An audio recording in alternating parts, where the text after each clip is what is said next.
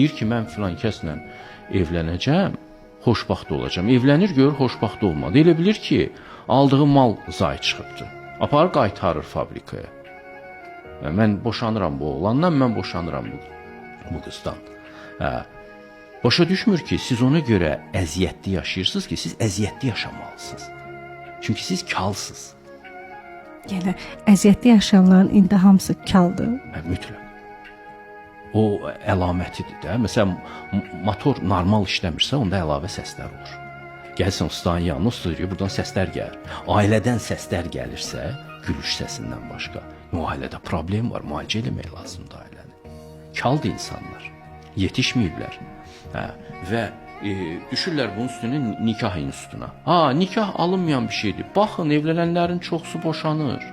Evlənənlərin çoxsu ona görə boşanır ki, siz artıq ailəni janr kimi daşımaq istəmirsiniz. Siz elə xəyal qurmusunuz ki, bu ailə məni xoşbaxt eləməlidir, ailə səni xoşbaxt eləməyəcək. Sən nəsənsə, öz tayını da Allah sənə gətirib çıxaracaq və siz bir-birinizi bəyənməyəcəksiniz 1-2 ildən sonra. Siz bir yerdə yaşayasal, amma qədim kitabların yaxınlaşması necə idi? Deyir ki, hər kəs öz karmasına uyğun insanla rast gəzdirir. Quran da deyir, kafiri kafirə, mömini möminə. Bizim buxalteriyada səhv olmur, yəni. Qaydırlar birdən yoxlayır, mənim maaşımı səhv hesablayıblar. Orada deyir ki, yox, heç bir səhv yoxdur.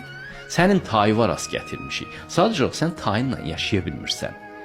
Halbuki səni niyə görə tayıva rast gətirmişik ki, sən özünün güzgüvə baxasan, özünü düzəldəsən. Yəni, əslində onu qarşıma çıxardıb ki, sən özünü təkmilləşir. Siz iki dənə bülöv daşı kimisiniz. Bir-birinizə sürtülə-sürtülə kamilləşirsiniz, mükəmməlləşirsiniz. Burada fayda var, Quran deyir. Sizin həyat yoldaşınızda xoşunuza gəlməyən cəhət əslində sizin üçün faydalıdır. Bir buna da baxın. İkiniz də kamil adamsızsa, xeyli yetişmiş adamsızsa, onda ümumən sizin xoşbaxt ailəniz olacaq. Çünki insanca yaşamağı bacarırsınız. Bir çoxu insanca yaşamağı bacarmır, demək ki, olmayacaq. Onun qohumluq münasibətləri də eyni cür fiyaskoya düşəcək. Çünki adam yetişməyibdir. Adam bütün münasibətlərə problemli girəcək. Və ondan sonra deyəcək ki, nikah sistemindən imtina eləmək lazımdır, qohumluq institutundan imtina eləmək lazımdır. Bizim məktəblərimizin hər birində problem ola bilir. Quraqsırsız biri görürsünüz ki, filan məktəbdə məktəbin həyətində narkotik satıldı, nə bilim, bir uşaq vurdu, birisini öldürdü və yaxud da ki, müəllimlə şagird. Belə hallar həmişə olub, həmişə də olacaq. Məktəbləri dağıtmalıyıq mı? Məktəblər həmişə olmalıdır, ailə də belə bir şeydir. Burada negativ şeylər axtarırlar, elə bir ki, o şeydə, puskuda durmuş şey kimi, nə kimi ki, bir xəta olan kimi həmən sirena verirlər.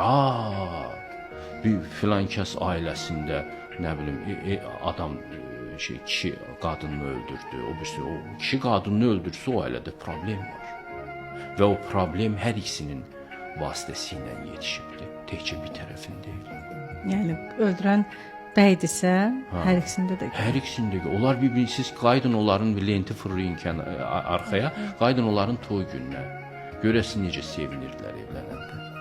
Görmürdülər kim kimdir.